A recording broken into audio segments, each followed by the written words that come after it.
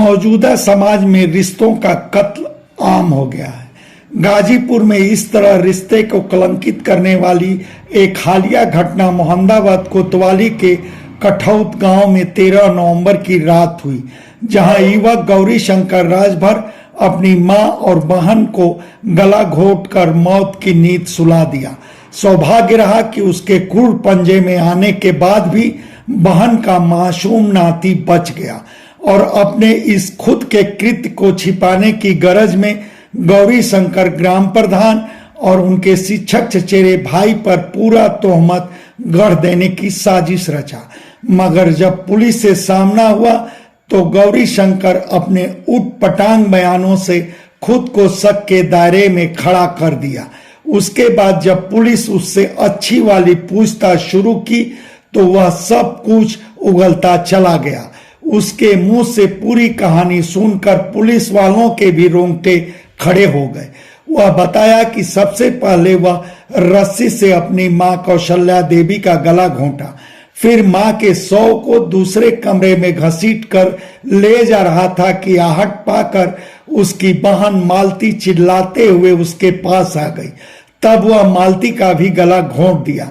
उसी बीच शोर शराबे से मालती की चरपाई पर सोए उनके 4 साल के नाती की नींद टूट गई और वह रोने लगा। तब तक पूरी तरह हैवान बन चुका गौरी शंकर उस मासूम को भी मौत की नींद सुलाने के लिए उसी रस्सी से उसका गला घोंटा। उसके बाद वह घर से निकलकर गांव में ही अपने एक साथी के घर चला गया, जहां गौरी शंकर अपने ही खर्चे से खाने पीने की पार्टी आयोजित कराया था। फिर 14 नवंबर की सुबह आई। वह खुद अपने एक अन्य साथी के फोन से पुलिस को 112 पर डायल कर सूचना दिया कि उसके घर में ही किन्हीं लोगों ने उसकी मां तथा बहन और एक बच्चे को गला घोंटकर मार डाला है। इस सूचना पर पुलिस मौके पर पहुंची तो घर में वृद्ध कौशल्या तथा मालती का शव पड़ा था, जबकि मालती का मासूम नाती उनके पेट पर सिर रखकर सो रहा था। फिर वह मोहम्मदाबाद कोतवाली पहुंचकर अपने गांव के प्रधान संजय राय बबलू तथा उनके चचेरे भाई शिक्षक अमित राय तथा 2 अज्ञात के विरुद्ध तहरीर दिया। उधर डबल मर्डर की सूचना मिलते ही पुलिस महकमे में हड़कंप मच गया।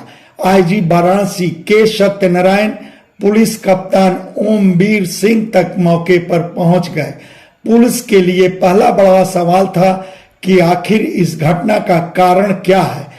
गौरी शंकर ने पुलिस की पूछताछ में बताया कि अपने पड़ोसी मोहन राजभर को बहला फुसला कर उनका 15 बिस्वा भूखंड गांव के ही मुसाफिर राम के नाम रजिस्ट्री करवा दिया था। यह सब कुछ गुपचुप तरीके से हुआ ताकि मोहन के परिवार के अन्य सदस्यों को पता न चले। उसके लिए वह अपने गांव के प्रधान संजय राय बबलू को भी अपने में मिलाया। भूखंड के एवज में मिले कुल 23 लाख रुपए में आधा हिस्सा गौरी शंकर खुद के और शेष ग्राम प्रधान संजय राय बबलू के बैंक खाते में डलवाया। यह बात साल 2020 की है। फिर गौरी शंकर ग्राम प्रधान संजय राय बबलू पर दबाव बनाकर उनसे 10 लाख रुपए मोहन राजभर को दिलवा दिया और अपने खाते में आई रकम को मोहन को देने से यह कहते हुए रोक दिया कि सारी रकम लेने पर उनके घर वाले जान जाएंगे। मैं अपने पास के रुपए कुछ दिनों बाद लौटा दूंगा। उसके बाद गौरी शंकर अपनी पत्नी तथा बच्चों को लेकर अस्थायी रूप से रहने के लिए ससुराल सिलीगुड़ी चला गया। उधर जब मोहन राजभर के बेटे को भूखंड बेचने की खबर मिली तो गांव में वह पंचायत बटोरा। पंचायत में मुसाफिर राम अपने कुल रुपए मिलने पर भूखंड लौटाने को तैयार हो गया। तब गौरी शंकर वादा किया कि वह रुपए लौटा देगा, मगर गौरी शंकर रुपए लौटाने में आनाकानी करने लगा। इसको लेकर दोबारा पंचायत बैठी। पंचायत में गौरी शंकर वादा किया कि इसी 26 अक्टूबर तक वह सारे रुपए वापस कर देगा। जरूरत पड़ी तो उसके लिए वह अपना पुश्तैनी घर भी बेच देगा। फिर वह घर बेचने के लिए अपनी मां कौशल्या पर दबाव बनाना शुरू किया। मां के सवाल पर वह उन्हें भी अपने साथ सिलीगुड़ी में रहने को कहने लगा, मगर उसके लिए मां तैयार नहीं हुई। आखिरी बार मां पर वह दबाव बनाना शुरू किया तब मां साफ कह दी कि जीते जी वह पुश्तैनी घर किसी भी सूरत में नहीं बेचेगी। अगर इसे इतना ही जरूरी है तो वह उसको मार दे। फिर तो गौरी शंकर सचमुच मां को मार डाला और पकड़े जाने के डर से बहन का भी काम तमाम कर दिया।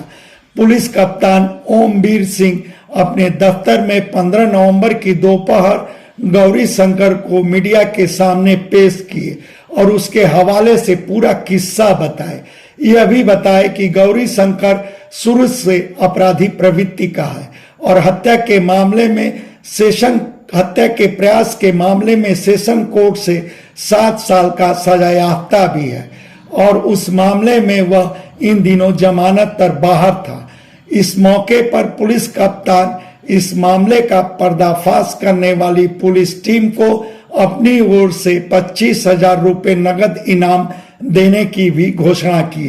धन्यवाद। आप सबसे आग्रह है कि हमारे चैनल को लाइक करें, शेयर करें, सब्सक्राइब करें और फेसबुक यूजर हैं तो हमारे पेज को फॉलो करना न भूलें।